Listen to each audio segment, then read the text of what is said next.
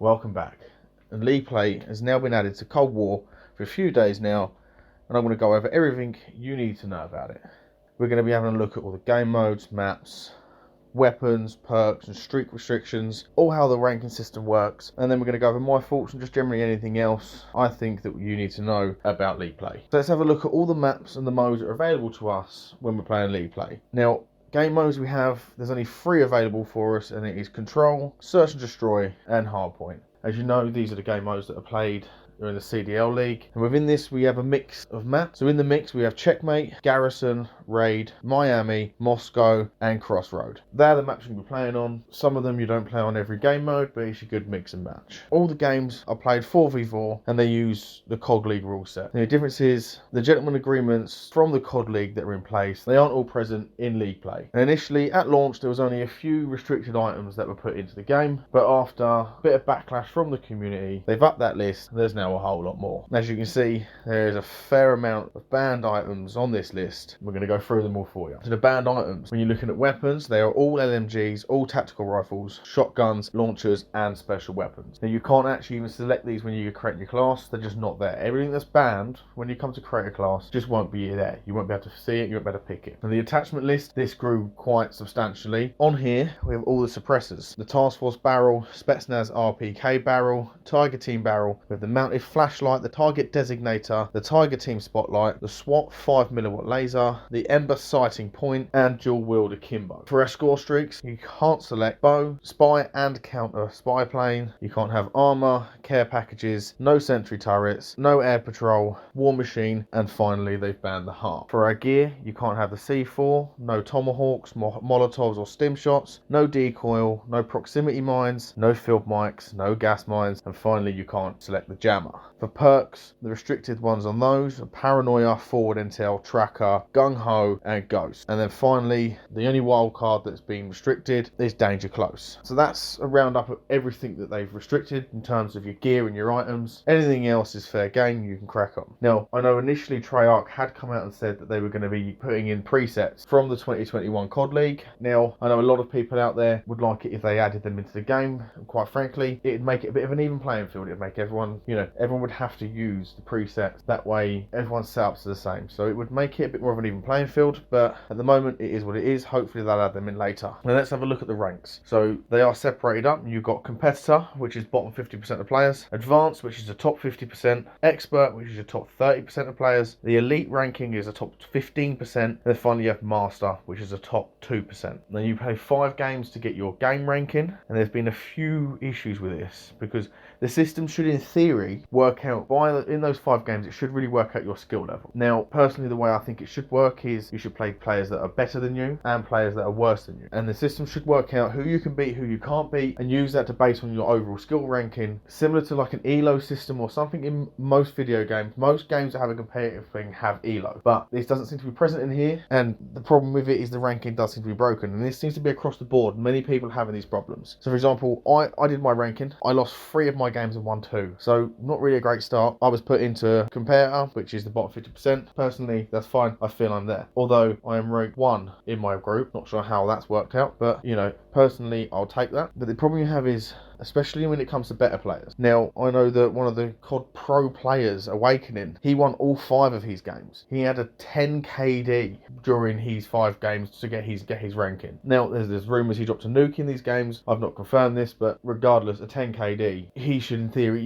he should be in the top 2%, definitely. He's actually in Competitor, ranked in the bottom 50% players. So there's really some sort of randomisation. This is something we don't know about how they're working these out. Now, I also know a lot of other people who have won 3, lost 2, 4 and 1, etc., and they're in higher rankings. So I'm not sure what they're basing this on, whether or not it's based on how you play against other players. If you're playing people better than you, worse than you, I don't really know. I can't work it out, but there's got to be a system somewhere. But so far it doesn't seem to be working as intended. Skill-based matchmaking also seems to be a bit of a problem at the moment. I know a lot of the guys I talk to have been reporting they're basically playing bot lobbies. Their games have been easier than any multiplayer they've ever played. Personally, mine was sweaty as hell. I thought I'd joined the COD League. I was playing sweats. I'm not competitive. I don't do sweats. I like to just chill out and play nicely. But it seemed like I had every sweaty in COD in my lobbies at that time. So I'm not sure quite how it's worked out. Now, in order to gain to the next rank up, so if I wanted to go from competitor up to advanced, from what we've seen so far, it seems to be more based on time played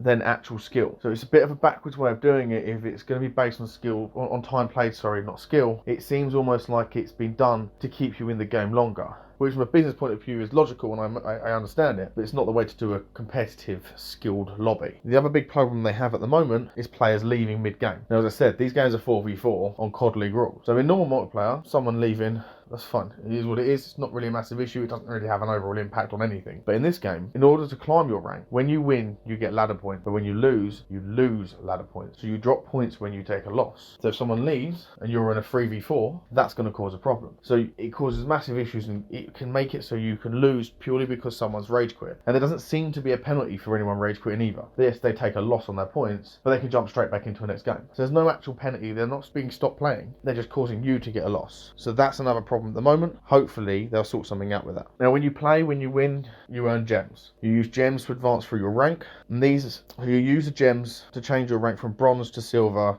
gold to gold, all the way through to diamond. And you earn the gems during each event. Each event, I think it only lasts sort of 2-3 days. So it's not a massive issue. You can basically just keep playing all week and work your way out through the ranks. Additionally, you keep ranking first. You get that win streak going. You earn flames. And the flames change colour and grow depending on how big your streak is. Lose your streak, lose your flames. Just another nice little thing though, just to add on and make it look a bit better. Also, depending on where you rank in at the end of each event, you earn calling cards and stickers. I think there might be emblems in there, but you have effectively it's bragging rights. It's a bit of a show off. Personally, I don't like there to be some nice blueprints thrown in there, or even some skins for a nice custom operator or something along those lines would have been quite nice. But either way, nice calling card, nice way to show yourself off when you're in the normal lobbies. Now, when it comes to creating your classes, so once you're ready to rock and roll, you're ready to play, you've got to set up your classes. This is important because your classes were blank. They don't carry over from Modern Warfare, they don't carry over from Cold War, they don't carry over from Warzone. So alternatively, the good side is whatever you set up here won't affect any of your other games. It won't affect Warzone. When you go back in, you won't have to reset them up, but they will be blank completely. As I said, when you open them up, any of the restricted items, they just won't be on there, so you won't be able to select them. Set your classes up. Don't do what I did on my first game and forget to do your streaks. I did this, played the first game without any streaks. Not really a good idea. Slightly annoying. So just remember to set your streaks up. The other thing to bear in mind when you are playing is, because it's COD rules, friendly fire is on. Be careful with your grenades and your napalms and just generally shooting. I shot my teammate more than once. He wasn't massively impressed. Now, what I will say about it, I played a couple of my games solo and a couple of games with some of my teammates from the group I'm a part of, and it's a lot better, it's a lot easier when you're in a team with people you know as opposed to randoms. One, you haven't got to worry about your teammates leaving. Chances are, if it's people you know and play with regularly, they're not going to rage quit while you're in a game. Obviously, communication, especially in games like Search and Destroy, are vital. Makes a huge difference if you're playing with people you know, people you can get on with, people you've played before with that you can communicate well with. And for me, personally, one thing I like about League Play is all the sweaties should be in there. Now, I know a lot of the guys that I talk to, they're massive on it. All they want to do is League Play. Anyone need for League Play. It's all I'm hearing. But for me, it means if I go into a normal lobby, in normal multiplayer, the theory goes, all the sweaties should be there in League Play, which makes my life a little bit easier. I'm a filthy casual. I'm not a top end on this game. I like to just go in, chill out and have fun. Well, I really do hope that with League Play, and I say, even though I'm not a competitive player, I'm never going to hit that top 2%, and that's fine. But I really hope they sort something out with regard to ranking and skill. I'd like to go in knowing I'm playing against people of my own skill set.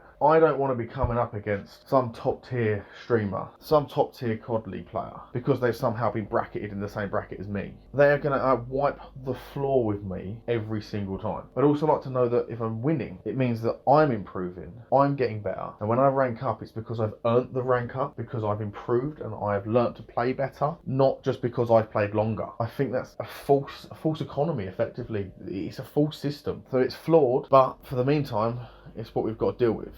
Hopefully it will change in the future. Guys, we're going to wrap it up there. That's about all I've really got for League Play. If there's anything else you want to know or anything else you want to add, bang it down in the comments. If you found any of this helpful, drop a like on the video, it really helps. And if you want to see more Call of Duty content from me, don't forget to hit the subscribe button, turn on the old notification bell so you know every time I'm putting a new video out. Good luck and happy hunting.